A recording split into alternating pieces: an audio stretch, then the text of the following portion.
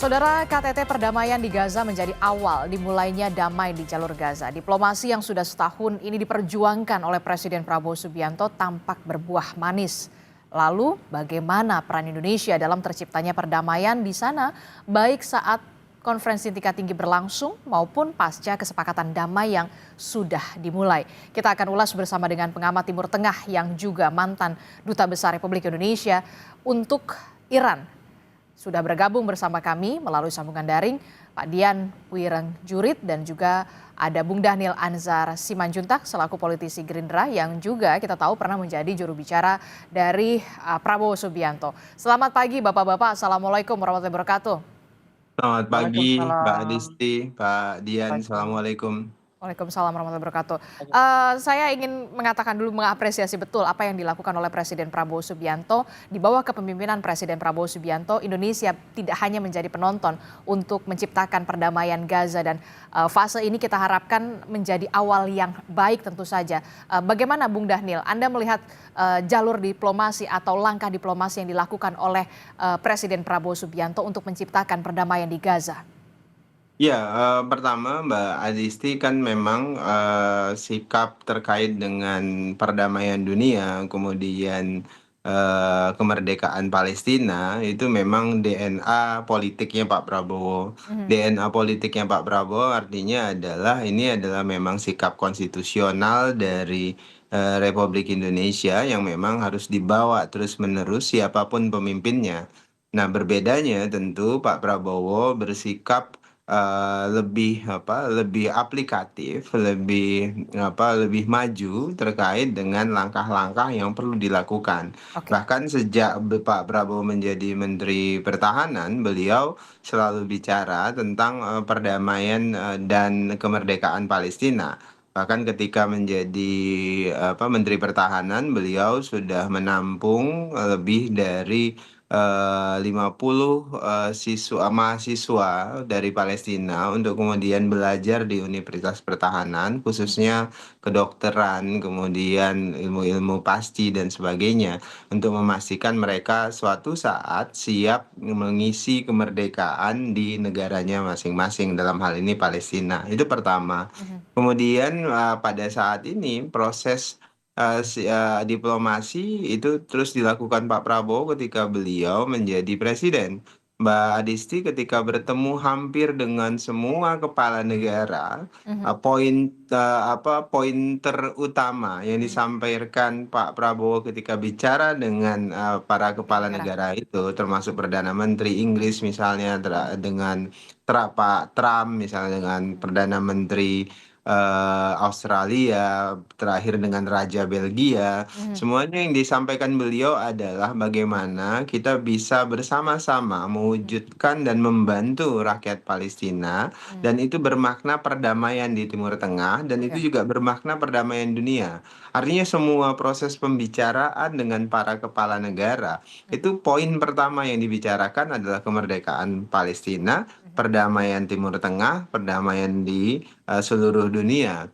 Beliau menggugah kearifan semua negara-negara besar, Mhm. dan buah dari pembicaraan bilateral kemudian melebar menjadi multilateral, Mhm. kemudian terakhir di sidang umum PBB. PBB, dan terakhir di Mesir, ada perjanjian perdamaian itu, kemudian kita bersepakat untuk menghentikan perang, mewujudkan perdamaian dan sebagainya. Dan ini Oke. adalah era baru peran-peran Indonesia di perdamaian dunia. Bahkan Pak Prabowo berkomitmen untuk mengirimkan 20.000 pasukan Pasukan perdamaian. perdamaian Mhm. di Gaza, dan komitmen, saya pikir ini adalah era baru bagi diplomasi Indonesia di luar negeri, dan era baru peran Indonesia bagi perdamaian dunia. Begitu, Oke. Mbak. Oke, tadi sudah dijelaskan oleh Bung Dhanil bagaimana kemudian sosok dari Presiden Prabowo Subianto untuk tetap mengutamakan prioritas pembahasan soal perdamaian Gaza dan juga kemerdekaan Palestina setiap kali bertemu kepala negara. siapapun itu begitu ya, pemimpin negara yang ia temui. Nah, kalau dari kacamata atau perspektif dari Pak Dian sendiri, Indonesia ini kan sudah lama ingin adanya perdamaian di Gaza, tapi kemudian yang jadi pertanyaan selanjutnya adalah bagaimana kemudian peran konkret Indonesia di KTT perdamaian Gaza kemarin selain adalah untuk juga berpartisipasi mengirimkan pasukan perdamaian di sana, Pak Dian. Terima kasih Pak Adistri.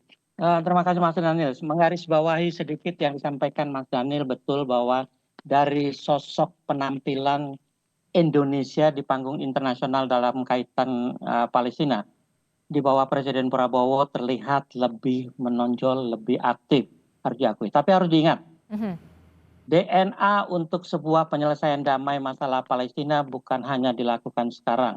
Sudah menjadi DNA semua presiden kita dan semua kebijakan kita tentang Palestina berdasarkan hal itu. Tapi tolong dibedakan juga. Kalau masalah pengakuan sudah dari tahun 50, 60-an kita sudah mengakui Palestina dan sudah ada embassy di kita. Jadi dengan Palestina secara bilateral kita sudah jelas posisinya bahwa kita pasti akan mendukung semua langkah tentang Palestina. Tolong dicatat. Hanya masalahnya ketika kita dihadapkan dengan situasi terakhir di Gaza di mana 67.000 korban tewas termasuk anak-anak, orang tua dan perempuan. Coba dilihat, Gaza itu sekarang sudah bukan apa-apa selain puing-puing. Buat saya, Presiden Prabowo bisa berperan nyata dalam hal membangun kembali. Karena apa? Kalau kita bicara tentang peran politik dalam negosiasi, tolong diingat, di Mesir kita diundang menjadi satu dari 20 negara lain yang juga dianggap berperan. Di lain hal, di PB itu isu Palestina sudah ada sejak 48, tahun 47 malah. Sudah menjadi isu rutin tahunan. Hanya yang sekarang terjadi adalah karena adanya genosida, pembantaian yang tidak berkepri kemanusiaan oleh Israel. Itu memunculkan pemberitaan apalagi ditunjang dengan sosial media yang luar biasa. Hanya saja sosial media Indonesia ini suka, maaf ya kalau bahasa anak-anaknya terlalu lebay. Karena buat saya begini, coba Mas Daniel, maaf dengan segala hormat, ada tagline Prabowo gagas two state solution. Two state solution bukan gagasan Prabowo dengan segala hormat. Tapi sudah ada sejak lama. Yang harus kita perkuat adalah tadi yang disinggung Mas Daniel juga, bersama-sama menggalang. Dan ya buat saya, kalau untuk perdamaian sendiri itu proses yang panjang. Apa yang terjadi di Mesir, kesepakatan alhamdulillah tercapai, tapi proses menciptakan 20 peace plan-nya, 20 poin peace plan-nya Trump, itu membutuhkan waktu yang sangat luar biasa, diplomasi yang pasti ketat, dan konsistensi dalam kebijakan politik luar negeri banyak negara. Oke, apa yang bisa dilakukan Indonesia untuk bisa punya peran aktif? Itu yang kemudian setelah adanya KTT perdamaian Gaza ini. Kita tahu harus ada rekonstruksi pemerintahan di sana, harus ada perbaikan pemerintah, pembentukan pemerintahan di sana supaya kita tahu di Gaza sudah puing-puing tadi Anda sebutkan, Pak Dian. Tadi yang disebutkan oleh Mas Daniel sudah berupa contoh-contoh pengiriman mahasiswa Palestina belajar. Itulah bentuk yang nyata yang kita menurut saya bisa dilakukan. Karena itulah bagian dari capacity building. Tapi kalau untuk berperan dalam sekarang, bantuan kemanusiaan jelas bisa. Tapi saya masih punya catatan tentang bantuan kemanusiaan. Karena selalu bantuan kemanusiaan menurut saya masih dikaitkan dengan aspek agama. MUI lah, NU lah, Muhammadiyah lah, belum ada bantuan yang sifatnya dari komunitas beragam Indonesia yang terdiri dari Hindu, Buddha, Kristen dan sebagainya bersatu mengirim bantuan. Belum dilakukan. Buat saya Palestina masalah multi religius kok, bukan hanya tentang Islam. Itu masalah kemanusiaan. Nah, dalam hal ini kita bisa berperan, tapi untuk berperan secara politik terus-menerus, semua negara berminat untuk berperan, semua negara. Apalagi negara-negara yang ada di kawasan termasuk Liga Arab, negara OKI dan sebagainya. Kita hanya bisa ikut serta.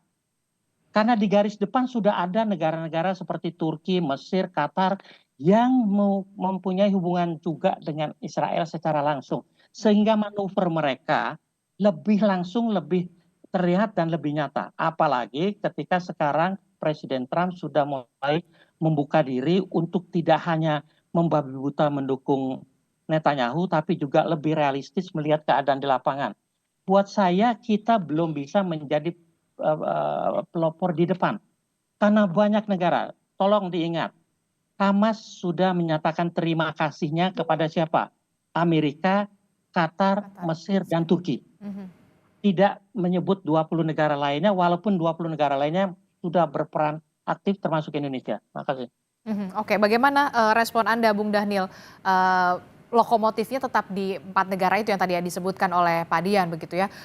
Turki, kemudian ada Qatar, dan juga ada Mesir. Dan tentunya Amerika. Dan Amerika Serikat, Bung Dhanil.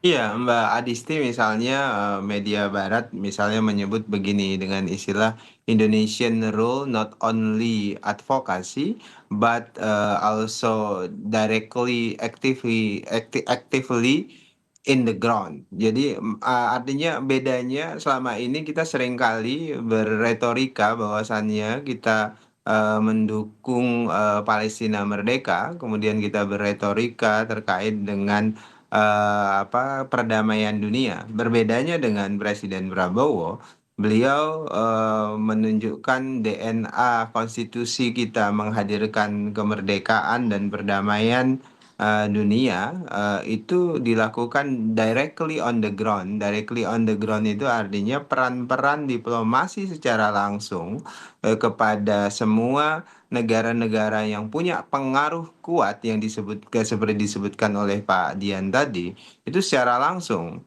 hampir semua momentum agenda global, baik itu yang bilateral maupun multilateral yang dilakukan oleh Presiden Prabowo, isu Palestina, tagihan dan menagih agar Palestina merdeka dan diakui oleh seluruh dunia dan menghadirkan perdamaian itu selalu dilakukan oleh Pak Prabowo.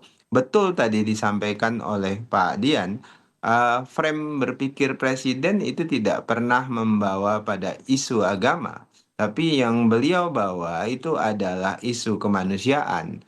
Maka oleh sebab itu terlihat bahwasannya Prabowo bisa diterima oleh semua pihak, baik oleh Amerika, baik diterima bahkan Israel sendiri bersikap berbeda dengan Presiden Prabowo, bahkan kelompok-kelompoknya lain. Dan itulah cara seorang peacekeeper melakukan diplomasi. Dan sikap itu Pak Prabowo tidak pernah menunjukkan sikap sangat kanan begitu atau sangat kiri dan sebagainya. Sikap beliau adalah sikap moderat, sikap tengahan, dan itu memang cara-cara standar seorang peacekeeper. Dan memang konstitusi kita itu DNA-nya itu memang menghadirkan kita sebagai peacekeeper. Kemudian kedua, Mbak Adisti, on the ground yang tadi saya sebut on the ground yang dimaksud adalah beliau langsung mendorong peran-peran aktif. Tadi misalnya melakukan pendidikan, bagaimana ke depan rakyat Palestina siap dengan kualitas sumber daya manusianya. Itu dilakukan oleh Pak Prabowo. Kenapa? Karena ini amanat konstitusi. Kemerdekaan harus diisi, kira-kira begitulah nanti. Kemudian yang kedua, beliau juga mengirimkan bantuan kan kita mengirim banyak bantuan beras dan kebutuhan-kebutuhan lain yang langsung kepada rakyat Palestina. Bahkan Presiden komitmen tadi yang sudah saya ulangi akan mengirim 20.000 pasukan perdamaian atau peacekeeper di sana dan banyak lagi proses-proses yang dilakukan oleh Pak Prabowo secara sistematik. Jadi kalau yang betul tadi disebutkan oleh Pak Dian, ini DNA-nya kita seperti saya sebutkan di awal. DNA kita itu Palestina mendukung Palestina merdeka, kemudian ketertiban dunia, perdamaian dunia. Nah, berbedanya dengan Pak Prabowo adalah beliau on the ground, langsung nih, langsung konkret kemudian menusuk kepada pusat-pusat diplomasi atau penentu, negara-negara penentu, bahkan terang bicara dengan Presiden Trump, terang bicara dengan Presiden Macron, terang bicara dengan Raja Belgia, terang bicara dengan penentu-penentu yang tadi disebutkan oleh Pak Dian. Jadi saya ingin menyebutkan dengan berani, tentu ini adalah era baru perjuangan perdamaian yang dilakukan oleh Indonesia. Dan ini tentu sudah dimulai oleh presiden-presiden sebelumnya. Jadi kita tidak ingin juga menegasikan apa yang sudah dilakukan oleh Presiden Jokowi misalnya, apa yang sudah dilakukan oleh Presiden SBY, apa yang sudah dilakukan Presiden Megawati, Gus Dur sampai dengan Bung Karno. Jadi ini adalah akumulasi. Saya sering menggunakan istilahnya akumulatif advantage. Jadi tahapan yang sudah dilakukan oleh Bung Karno kemudian disempurnakan dan diperbaiki dengan apik oleh Presiden Prabowo pada saat ini. Bukan berarti kemudian Presiden Jokowi tidak melakukan, kemudian Presiden SBY tidak melakukan, tidak. Jadi jangan sampai kemudian kita berusaha melakukan komparasi yang tidak tepat. Dan kebetulan ini adalah akumulasi yang sedang dilakukan oleh Presiden Prabowo dan berbuah positif buat komitmen kita sebagai bangsa dan negara. Kira-kira begitu Mbak Adisti. Oke, proses akumulatif yang memang sudah dilakukan juga yang sama dilakukan oleh presiden-presiden sebelumnya seperti yang disebutkan, DNA kita memang sudah secara tegas berada mendukung kemerdekaan Palestina sejak dulu begitu ya, Pak Dian. Pak Dian, tapi yang kemudian kita juga ingin tanyakan adalah apakah peran Indonesia ini bisa lebih besar begitu ya dilakukan di era kepemimpinan Presiden Prabowo Subianto yang kita lihat tidak ada mengarah ke kanan atau ke kiri, itu kan yang menjadi keuntungan bagi seorang Presiden Prabowo Subianto. Tidak hanya soal menerjunkan 20.000 pasukan perdamaian, bantuan ke Gaza, tapi juga ada peran lebih yang bisa dilakukan. Menurut Anda apa selain itu, Pak Dian? Terima kasih, tapi izinkan saya menyampaikan hal pertama ini. Satu, harus diakui bahwa Presiden Prabowo sudah memberikan postur lain seperti disampaikan Mas Daniel, karena dia aktif dan mau bergaul. Oke. Buat saya ini penting karena Presiden Prabowo ditunjang oleh kemampuan intelektual yang juga luar biasa, terutama bahasa Inggrisnya. Hal itu memudahkan beliau bergaul dengan siapapun sehingga bisa lebih terlihat pada saat ini, ditunjang oleh media sosial tentunya yang sekarang sudah lebih mendunia, lebih global. Nah, kembali ke peran Indonesia, saya hanya tetap mempunyai catatan untuk berperan aktif dalam semua bidang aspek perdamaian masih sulit. Karena apa? Indonesia belum mengakui Israel. Kita harus lihat siapa saja yang hadir di Mesir misalnya. Sebagian besar yang hadir di Mesir itu sudah mengakui Israel. Kita diundang karena memang sosok Presiden Prabowo yang aktif, yang mudah bercengkrama dengan pemimpin dunia, dan peran kita yang memang lebih meningkat di masa sekarang. Tadi disampaikan oleh Mas Daniel, saya tidak perlu mengulang. Tapi untuk berperan dalam substansi, kita pasti sulit. Dan mungkin dalam kata saya pribadi, ini pandangan saya, kan tidak mungkin. Karena kita belum mengakui Israel. Memang Presiden Netanyahu sudah menyebut, apalagi ada baliho, ada presiden, itulah Israel. Artinya apa sih? Dia mengharapkan negara-negara itu benar-benar terlibat. Tapi untuk kita tahu sendiri, konstituen kita itu dengar nama Israel aja masih kayak kayak tabu gitu loh. Padahal harus dibedakan antara Israel sebagai negara, pemerintahan Zionisme Netanyahu, itu kan harus dibedakan, dua hal yang berbeda. Bahwa Israel sebagai satu negara buat saya adalah keniscayaan, dan kita kenapa harus mempertanyakan masalah hubungan diplomatik. Tanpa hubungan diplomatik hubungan kita jalan, tapi buat Israel pengakuan Indonesia terhadap Israel akan lebih membuka jalan untuk kita berperan lebih nyata dan substantif. Itu salah satu kuncinya menurut Anda yang paling poin utama. Bagaimana Bung Daniel? Ya, Mbak Adisti, seperti yang Anda lihat dalam proses diplomasi dan sikap Pak Prabowo nyaris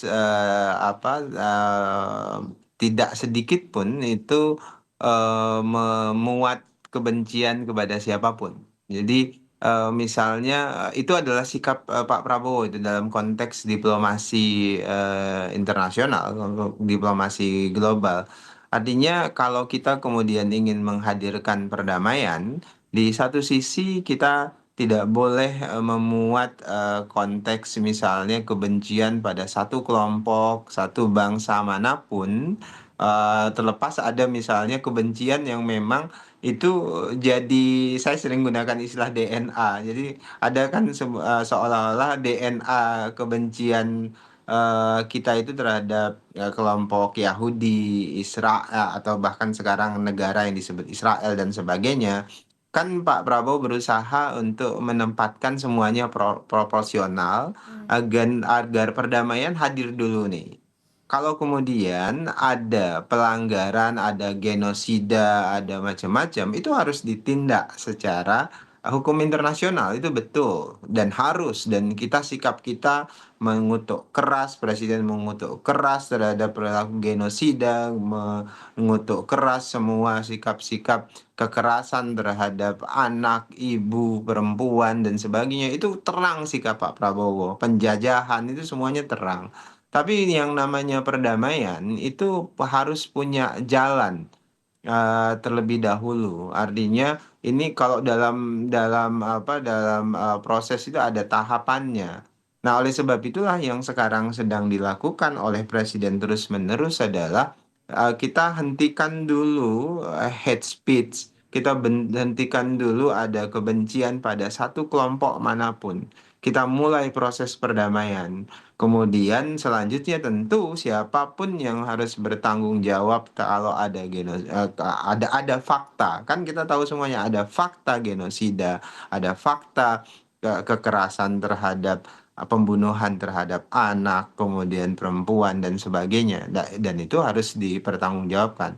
Namun pilihan presiden hari ini tentu perdamaian dunia harus hadir. Itu dulu Mbak Adisti. Oke.